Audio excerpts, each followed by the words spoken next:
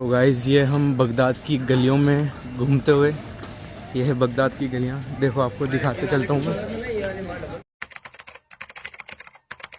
अस्सलामु अलैकुम वरहमतुल्लाहि वबरकातुहू। गाइस अभी हम जा रहे हैं लोकल ज़ियारत के लिए। कल हम गए थे बगदाद शरीफ, तो कल तो पूरा मैंने आपको दिखाई दिया था। अभी हम जा रहे हैं यहाँ की लोकल ज़ियारतों पे, फिर उसके बाद दिन का खाना खाएंगे, फिर जाएंगे हम वापस बगदाद शरीफ। तो मिलता हूँ मैं आपसे बस में या थोड़ा अगले सीन में।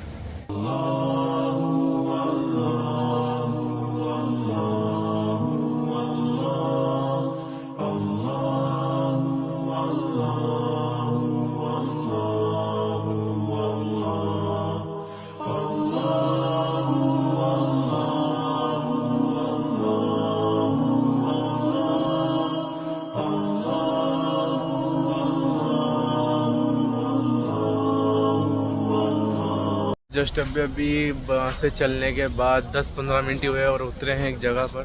देखते अंदर चलते हैं, तो उसके बाद देखते हैं कहाँ पे आए हैं, कौन सी जगह है, क्या है।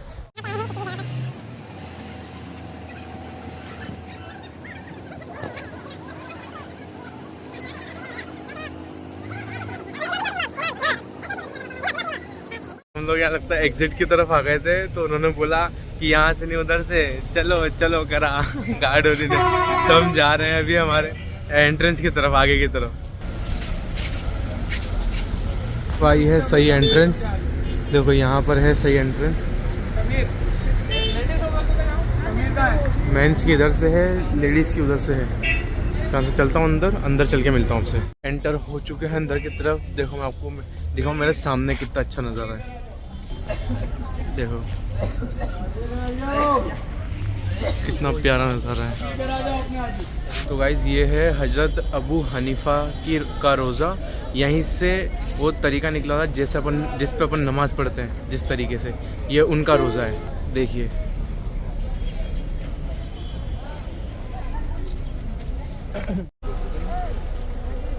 औज़ु बिल्लाहि समीउल अलीम मिनश शैतानिर रजीम बिफज़्ल बिस्मिल्लाहिर रहमानिर रहीम सलातु वस्सलामु अलैका या रसूलुल्लाह सल्लल्लाहु तआला अलैहि वसल्लम। एक मरतबा बावाज़ बुलंद दुरूद पाक पढ़ ले। सलातु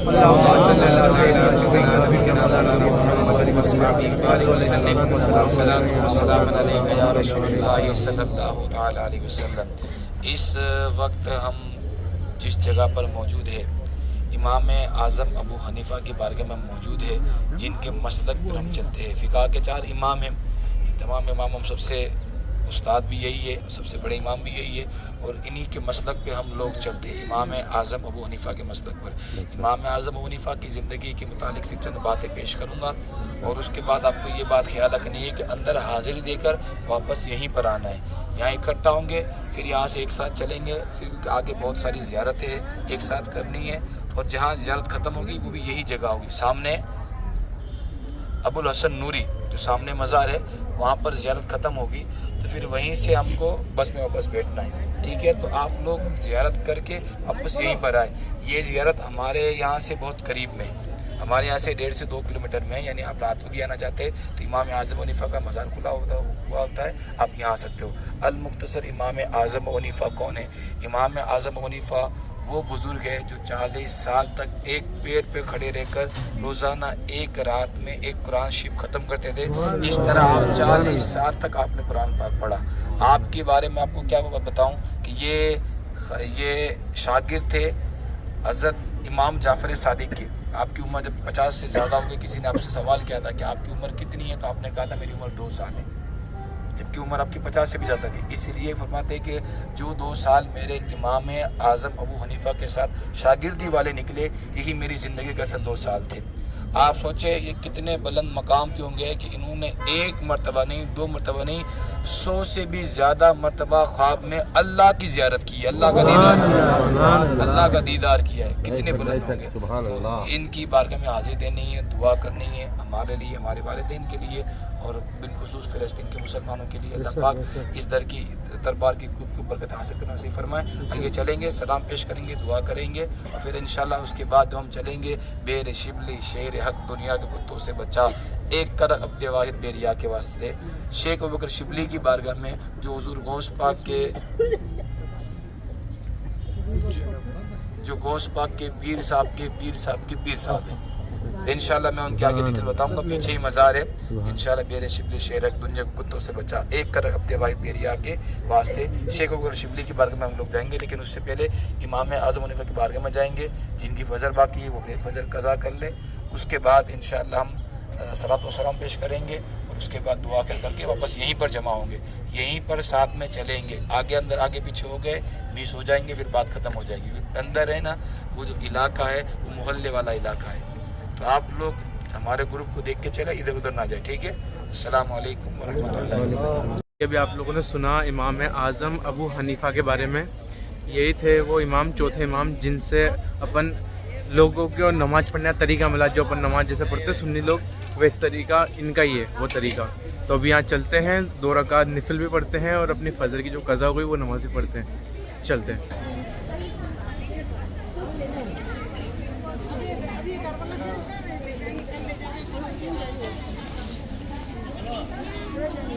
गाइस अब हो रहे हैं अंदर की तरफ एंटर। बिस्मिल्लाहिर्रहमानिर्रहीम। ये देखो ये जगह है, यहाँ पे सब नमाज़ पढ़ रहे हैं। मैं भी आपसे नमाज़ पढ़ के मिलता हूँ। गाइस नमाज़ तो हो गई, अब आपको दिखा दूँ ये मस्जिद कितनी प्यारी है। ये देखिए कितना प्यारी जगह है ये, सारी सफ़े हैं ये।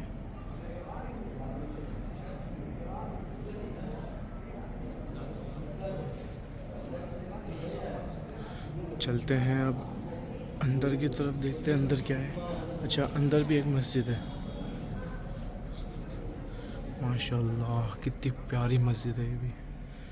देखो कितनी खूबसूरत मस्जिद है। यहाँ पे नमाज होती है।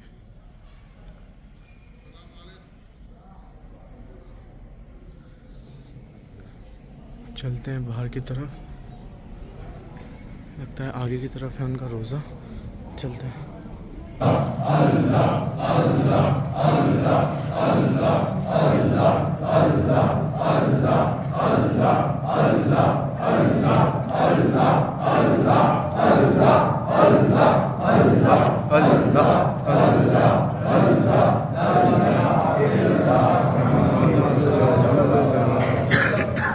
तो अंदर एंटर हो चुके हैं।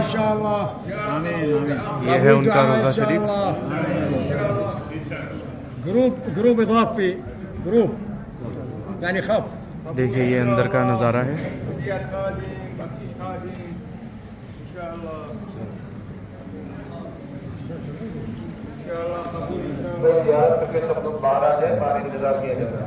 ये उनका रोज़ा शरीफ है, देख लीजिए आप, दुआ मांग लीजिए। मैं मिलता हूँ आपसे बाहर निकल के। इस यहाँ पे हो गई है हमारी हाजिरी। अब हम चल रहे हैं अपनी नेक्स्ट डेस्टिनेशन पे। मैं थोड़ा अंदर रह गया, सलाम हो रही थी तो अंदर ही रह गया, और ये लोग सब बाहर आ गए, तो चलते हैं जल्दी।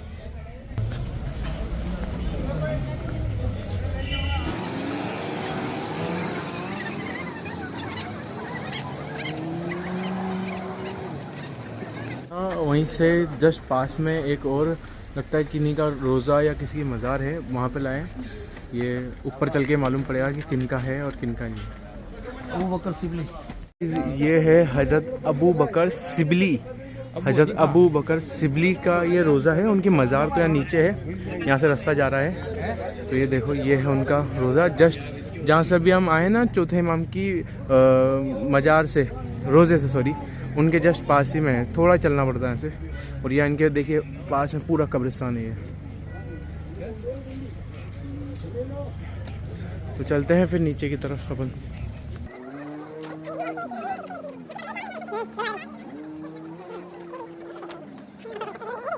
तो गाइज ये है अंदर का नज़ारा, कुछ देखिए। ये है उनके अंदर रोज़ा।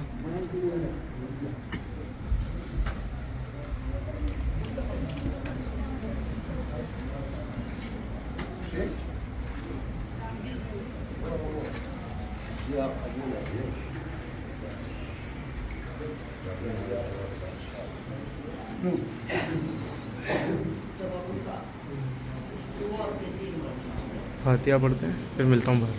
जो है मज़ार मुबारक हज़रत अबू बकर सिबली रहमतुल्लाह अलैह का यहाँ पर जलवा बार है। आप जो है हज़रत जुनैद बगदादी रहमतुल्लाह अलैह के मुरीद और खलीफा हैं।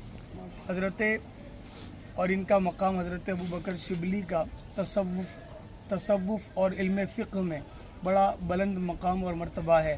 हज़रत जुनैद बगदादी आपके मुर्शिद हैं। हज़रत जुनैद बगदादी रहमतुल्लाह अलैह ने ख्वाब देखा कि अल्लाह के नबी जनाब मुस्तफ़ा जान रहमत सल्लल्लाहु अलैहि वसल्लम हज़रत अबू बकर शिबली की पेशानी को आप बोसा दे रहे हैं। तो आप जो है सुबह बेदार हुए और सोचने लगे कि अबू बकर शिबली का ऐसा क्या अमल है, ऐसा क्या अमल और काम है कि हुजूर इनकी पेशानी को बोसा दे रहे हैं।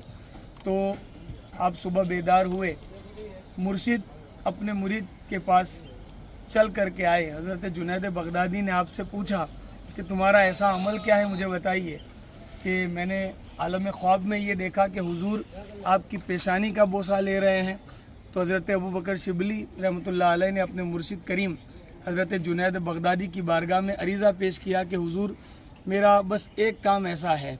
फरमाया कौन सा काम?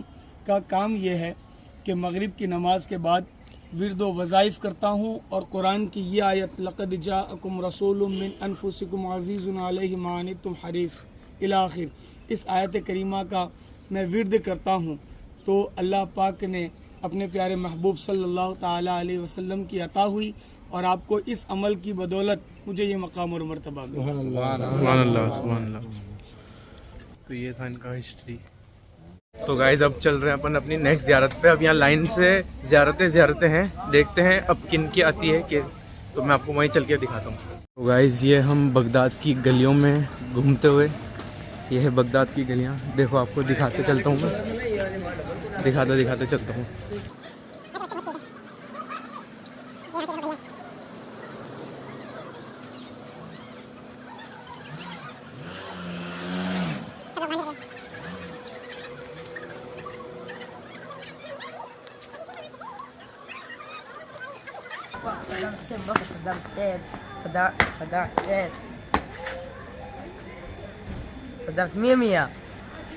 सद्दाम हुसैन।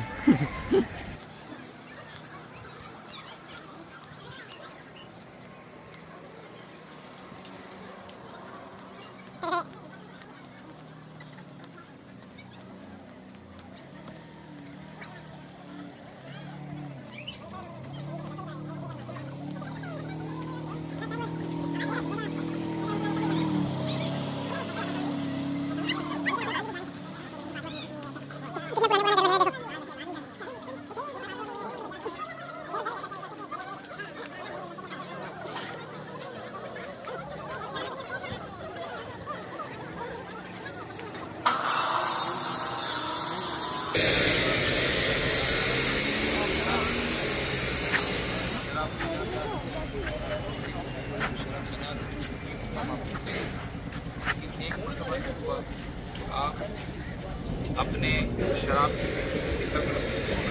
आवाज़ नहीं आ रही है। रास्ते में आपने कागज का टुकड़ा देखा, कागज में लिखा था बिस्मिल्लाहिर्रहमानिर्रहीम।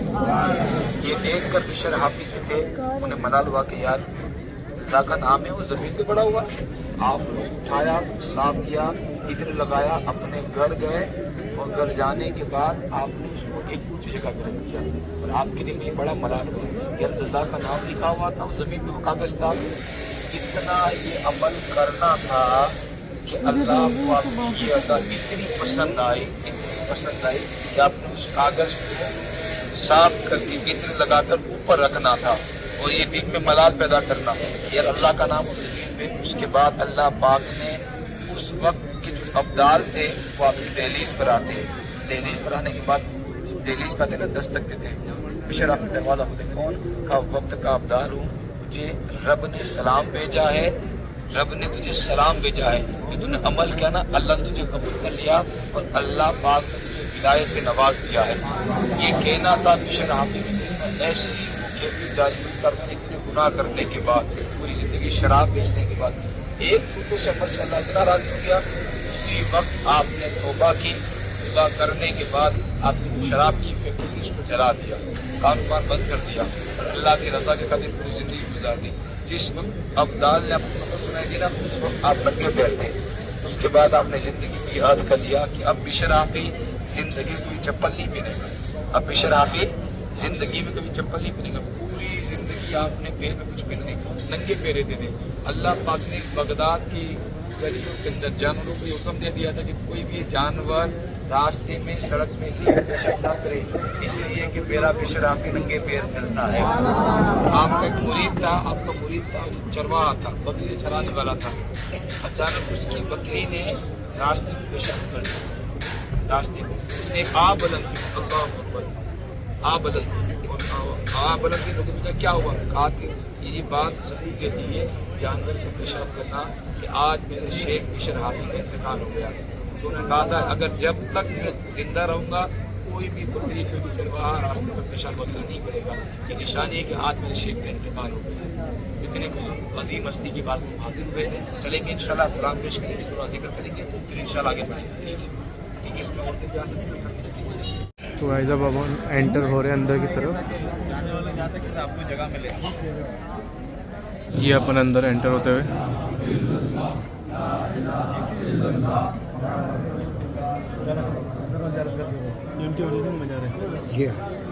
ये उनके ओरिजिनल मज़ार है।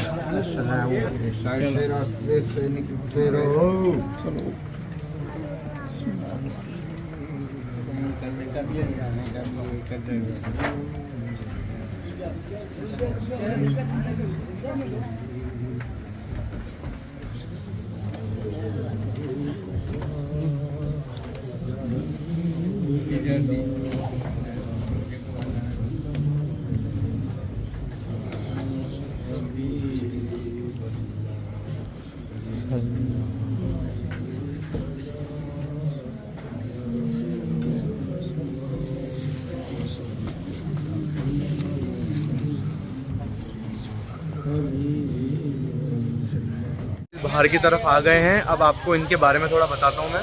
इनका नाम है हज़रत बिशर हाफी। जब ये इस दुनिया में हयात थे उस टाइम पर इन्होंने कभी ज़िंदगी में कभी चप्पल नहीं पहनी, कभी भी इन्होंने चप्पल नहीं पहनी। और अल्लाह का ऐसा करम था कि ये जिस सड़क पे भी जाते थे उस सड़क पर कभी भी कोई जानवर गंदगी नहीं करता था। ये इनकी आखिरी सांस तक जब तक ये चलते फिरते थे तब तक पूरी सड़कें इनको साफ़ मिलती थी। और जिस दिन सड़कों पे गंदगी दिखी थी तो सबने समझ लिया हज़रत बिशर हाफी का इंतकाल हो गया है। ये है हज़रत बिशर हाफी, अल्लाह के बहुत बड़े वली थे, इमाम। इनका इतिहास माफ़ करना अगर थोड़ी ज़ुबान लड़खड़ा गई क्योंकि कभी ये सब करा नहीं है, फर्स्ट टाइम कर रहा हूँ। तो अब चलते अपनी नेक्स्ट ज़ियारत के लिए।